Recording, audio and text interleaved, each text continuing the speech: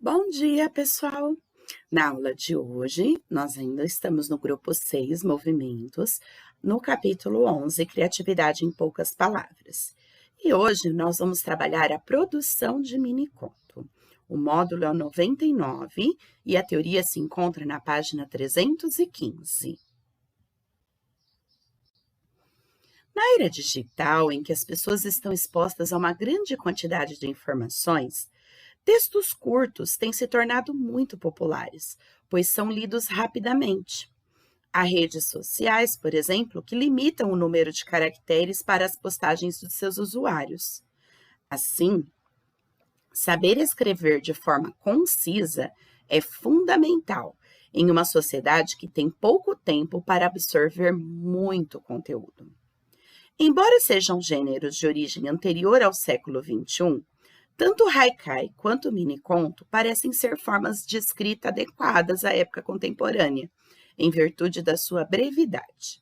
Neste módulo, você conhecerá um pouco mais as características do mini-conto, para então produzir a sua própria narrativa em miniatura. Como todo conto, o mini-conto narra uma história. Ele deve apresentar elementos da narrativa, ainda que alguns deles estejam implícitos. Relembre os 5 principais elementos da narrativa. Enredo, assunto da história, que deve ser desenvolvida por meio de ações. O narrador é a voz do texto, que pode ser em primeira ou em terceira pessoa. A personagem, quem faz parte da história contada. O tempo, quando ocorreu a história. E o espaço, onde a história acontece. Uma das principais formas de encurtar uma história é reduzir ou eliminar as descrições. Repare que nos mini-contos que vimos nos módulos anteriores, raramente aparecem detalhes sobre o espaço ou as personagens. Você consegue saber, por exemplo, como é o dinossauro fisicamente? Só se apresenta aquilo que é extremamente necessário para o desenrolar da história. Para poder contar aquilo que se deseja em um espaço restrito, é importante a escolha cuidadosa das palavras. O mini-conto Confissão, de Lígia Fagundes Telles, não produziria o mesmo efeito se ela não tivesse escolhido a palavra nada. Além da seleção de palavras, a pontuação também ajuda a construir a concisão do texto, como a marcação da elipse. Relembrando que a elipse é quando eu tiro algo do texto sem prejudicar o seu sentido. Normalmente, coloco vírgula no seu lugar. Hora de alimentar serpentes. Em curtos vídeos, a autora Marina Colasanti fala sobre a experiência dela em escrever o livro de mini-contos Hora de Alimentar Serpentes, de 2013, além de ler alguns textos dessa obra. Assista esses vídeos agora.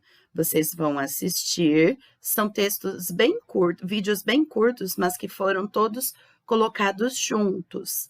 Então, vocês vão assistir esses vídeos e ela contando um pouco mais sobre o livro A Hora de Alimentar Serpentes e sobre a produção escrita dela. Marina Colasanti é uma grande escritora brasileira ainda em produção.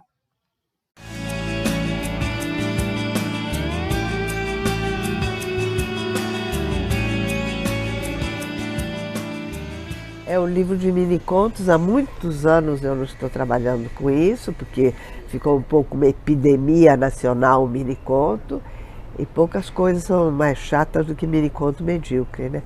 Então eu tirei meu time de campo e fiquei esperando, mas fui impelida pela minha alma nesse livro, e é um livro grande, é um livro de muita referência cultural. Não porque eu queira fazer referência cultural, mas é porque meus livros de mini-contos são temáticos. E a temática é exatamente o meu convívio com a cultura que me foi dada, com a que eu recebi. Não interessa se é pouca, grande, muita, não estou querendo fazer exibição.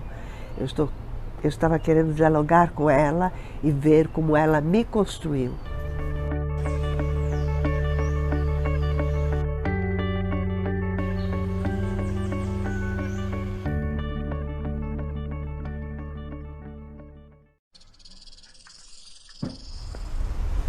menu.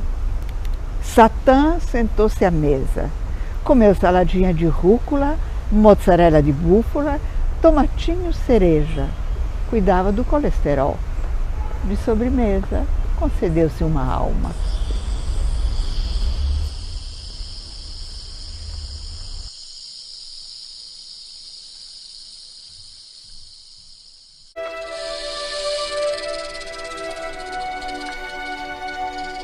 Que nada se desperdice. A mulher que, deitada na cama ao lado do marido, procura o sono, está imóvel. É nessa imobilidade que o desejo, sem ter sido convocado, lança seu apelo e se apropria dela lentamente. Sem toque ou gesto que a denuncie, a mulher se acende. Dessa luz, se aproveita o marido para ler um pouco antes de dormir.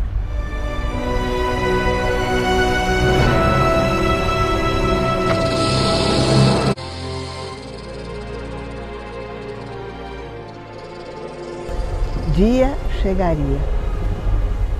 Hora de alimentar as serpentes que habitavam sua cabeça. Concentrou o pensamento em pequenas criaturas vivas, cã, passarinho. Um gosto de sangue chegou-lhe à boca, e o mover-se do novelo sibilante que apenas intuía, aquietou-se. Sua segurança estava garantida por mais algum tempo.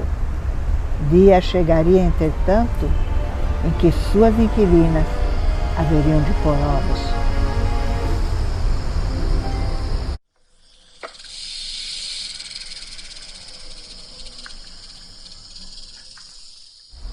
Questão de direito.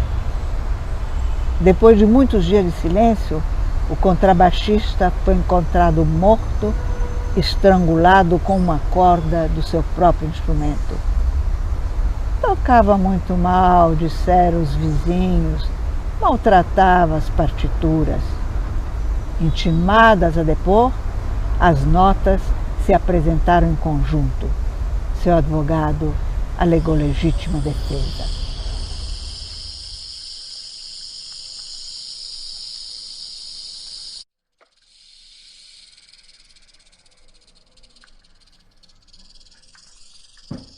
Água acima. A ovelha bebe no riacho. O lobo, inclinando-se para beber corrente acima, rosna e avisa: ovelha, você está poluindo a minha água.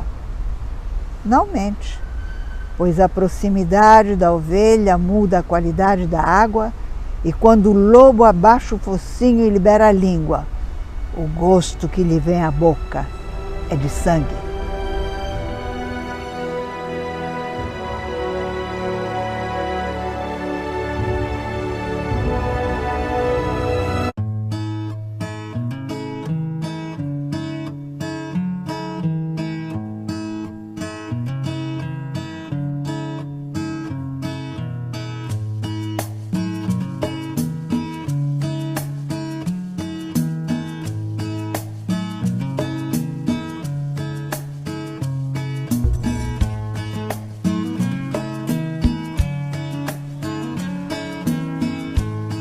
Eu sou talvez a última pessoa que mais ama essa casa. Eu me sinto um pouco a guardiã das lembranças dessa casa. Essa é a casa que foi feita por Henrique Lage para a sua esposa, minha tia-avó Gabriela Berransoni, depois Lage. Eles se casaram em 25 e ele morava na ilha do Viana, na Baía de Guanabara. E aí ele recomprou esse terreno, que havia sido uma fazenda da sua família, e começou a construir essa casa para ela. Por isso essa casa tem um ar tão italiano, porque ele queria que ela se sentisse no seu país.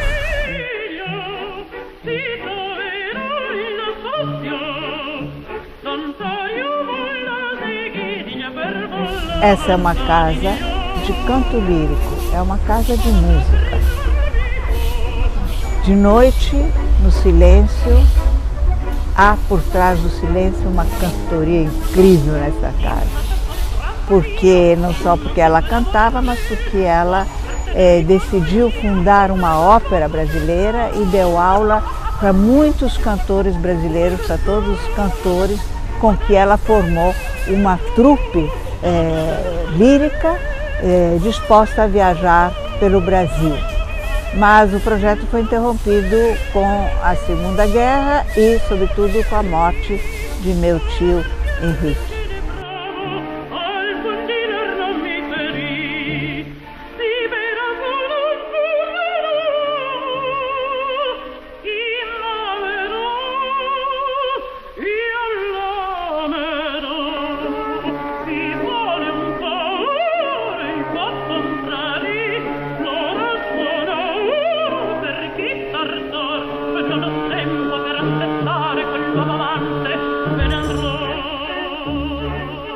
Eu morei aqui quando cheguei no Brasil, em 48, até nosso apartamento no Leblon ficar pronto. Depois saímos da casa, mas a gente vinha todo dia depois do almoço para cá. Isso era o clube da família, além de ser a casa. Era o clube dos amigos. Às 5 da tarde, os homens saíam dos escritórios, todos de terno branco de Panamá, gravata de linho amarelinha, azulzinha, e os amigos traziam violão, e os garçons traziam uísque, e a vida ia até de noite.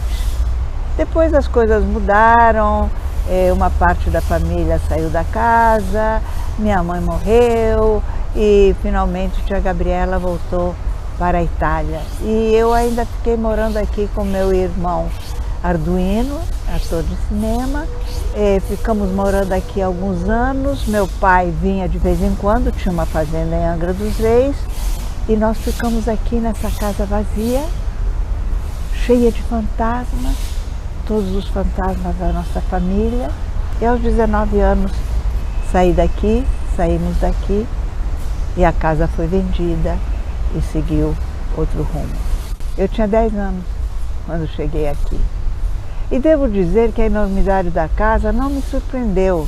O que sim me fascinou foi a selva, porque a selva era tropical, diferente das florestas, dos bosques de castanheiras que eu conhecia. Aqui é Mata Atlântica. Minha mãe fez para mim uns macacões, a gente metia nas férias, metia o macacão e saíamos de manhã por esse mato, não sei como a minha mãe não se preocupava. Soltos nesse mato, exploramos tudo. Nós dizíamos que éramos bandeirantes, somos os bandeirantes do Brasil. A gente tinha acabado de aprender isso, de bandeirantes do Brasil. E íamos por esse mato adentro, nós dois, ele e eu, meu irmão, sozinhos. Fizemos cabanas, andávamos de cipó, foi muito incrível. Tomávamos banho na represa, soltos, 2 crianças de 10 e 11 anos, soltas na selva. É fazer outra vez.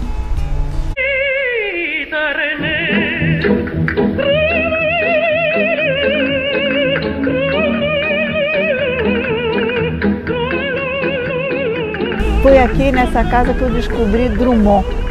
Eu não sabia de Drummond, ainda estava no, sei lá, ginásio, e vi uma pilha de livros num canto. E nessa pilha de livros tinha um livro vermelho, de capa vermelha. Eu peguei o livro, achei muito bom, era Drummond. Não, nessa época eu escrevia diário. Eu estava interessada em artes plásticas, eu tinha entrado para a faculdade, eu fiz belas artes, a minha prancheta ficava na frente da janela no meu quarto, uma prancheta enorme. A primeira régua T é uma emoção na vida de alguém, a primeira régua T, né? Hoje em dia nem sabem o que é uma régua T, mas só os arquitetos, mas eu estudava geometria, enfim. Mas não escrevia diário, escrevia para mim, escrevia um ou outro conto, porque eu sempre gostei muito de fabular, mas eu não tinha intenção de ser escritora, isso não passava na minha cabeça, isso veio depois. Eu lia muito, Depois que minha mãe morreu, nós ainda ficamos morando na casa, meu pai comprava livros franceses para mim. Ele comprava na livraria francesa, lá na Maison de France. Tinha uma boa livraria francesa e tinha outra no Copacabana Palace. Ele me trouxe Éluard, me trouxe uma porção de coisa muito boa, muito boa em francês.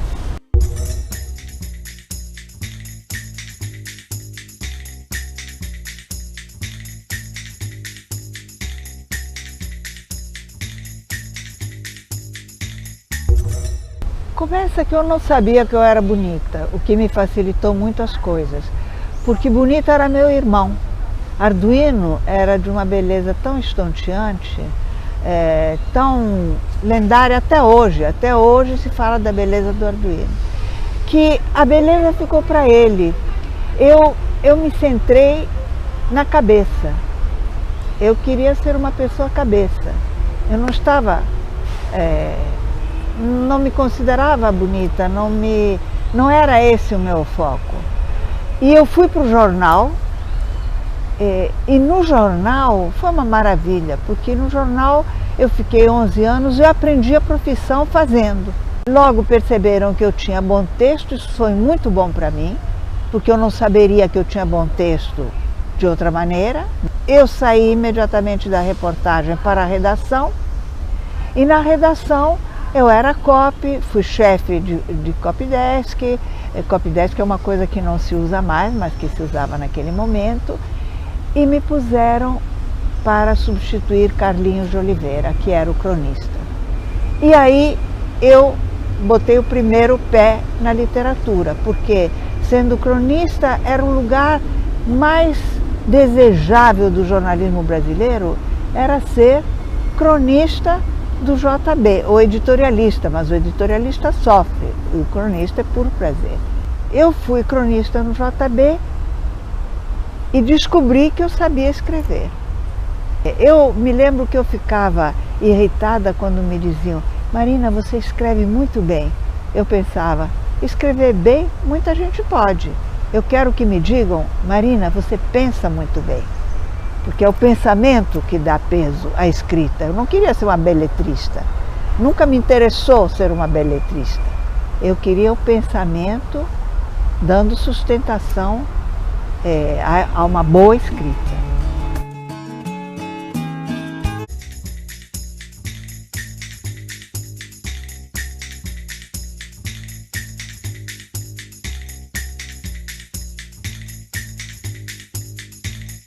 O meu símbolo é o sol. Eu sempre desenho sol, sempre sou vidrada em sol. Esse eu trouxe da Guatemala, é o meu protetor na cosmologia maia. O meu pai acordava cedo, às 6 da manhã, botava nós crianças no carro, um Ford negro, e nos levava ao Arpoador. E eu me lembro o meu deslumbramento, porque eu era de Praia Adriática, que é uma praia de seixos. E aquela areia do Arpoador era talco. E ali eu comecei a amar o Arpoador.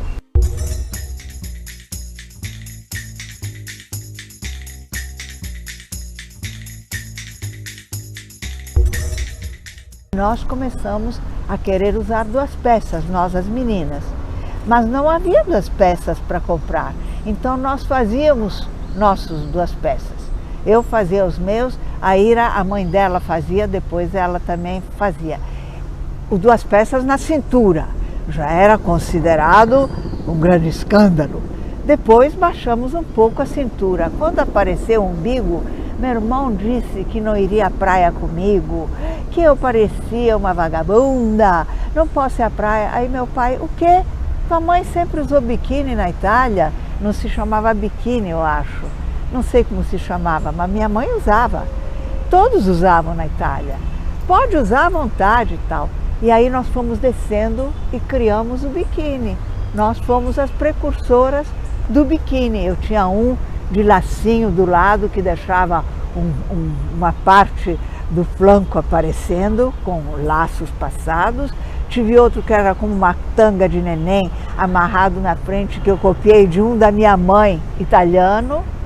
Nós não sabíamos exatamente que era um tal frisson, que vinham pessoas das outras praias para ver as moças de biquíni. E começamos a mergulhar, eu levada pelo Arduino me levava com ele, era ótimo, a gente mergulhou muito no Arpoador, a gente mergulhou na Gruta da Imprensa, a gente ia mergulhar na Barra, quando só tinha uma estrada de terra litorânea, nós íamos no ponto em que as montanhas lá longe formam a Corcova do Camelo, aí a gente entra no mar porque lá adiante tem um navio afundado. E fui na Laje Santo Antônio, foi a primeira mulher do Brasil a mergulhar na Laje Santo Antônio. Eu morria de medo, devo dizer, morria de medo e morria de frio, mas a graça era tanta, o orgulho era tanto que batia longe, medo e frio. E depois Arduino começou a ficar cada vez mais ligado ao mar, surfista, mergulhador, e fez a sua vida muito nisso. Eu fui me afastando um pouco dessa vida de praia, ficou só nos fins de semana, claro, eu trabalhava, e depois, em 65, eu tive minha filha, que foi uma decisão minha filha Fabiana, hoje filha minha e de Afonso, e eu aí já era outra pessoa, já era uma pessoa de outra densidade, com outras tarefas, com outros desejos, tinha feito escolhas muito sérias na minha vida, e isso me deu uma outra estrutura. Algumas decisões minhas foram muito surpreendentes para a época, como essa de ter filha sendo mãe solteira. Havia outras mulheres muito decididas na época. O todo da sociedade sempre é mais frouxo no sentido de adaptar-se às circunstâncias, no sentido de aproveitar o que aparece. Sempre foi assim. Hoje, há mulheres extremamente decididas, ainda mais porque hoje elas têm espaços à frente que nós não tínhamos. Ser decidida no meu tempo era muito difícil, porque mesmo no Jornal do Brasil, eu era a única redatora e fui durante muitos anos. Havia repórteres mulheres, havia uma chefe que era chefe da Internacional, mas copydesk e mulher não havia. Não se podia ir de calça comprida à redação. Não havia mulheres fotógrafas. Parecia impensável, porque mulher não pode entrar no vestiário do Maracanã. Hoje em dia a mulher entra no chuveiro, o cara está pelado lá, ela não está nem aí, ela é fotógrafa, está trabalhando. Então hoje é mais fácil ter atitudes, porque o mundo está aberto para elas. No meu tempo era mais difícil, custava mais sacrifício, mas fomos muitas. E para a nossa aula online, vocês vão ler a teoria produção de miniconto na página 315 e realizar os exercícios de 1 a 6 nas páginas 329 e 330. A produção textual, vocês podem deixar para eu explicar na aula ao vivo, certo? Então, o exercício de produção textual não precisa ser feito, mas os outros sim. Até daqui a pouco!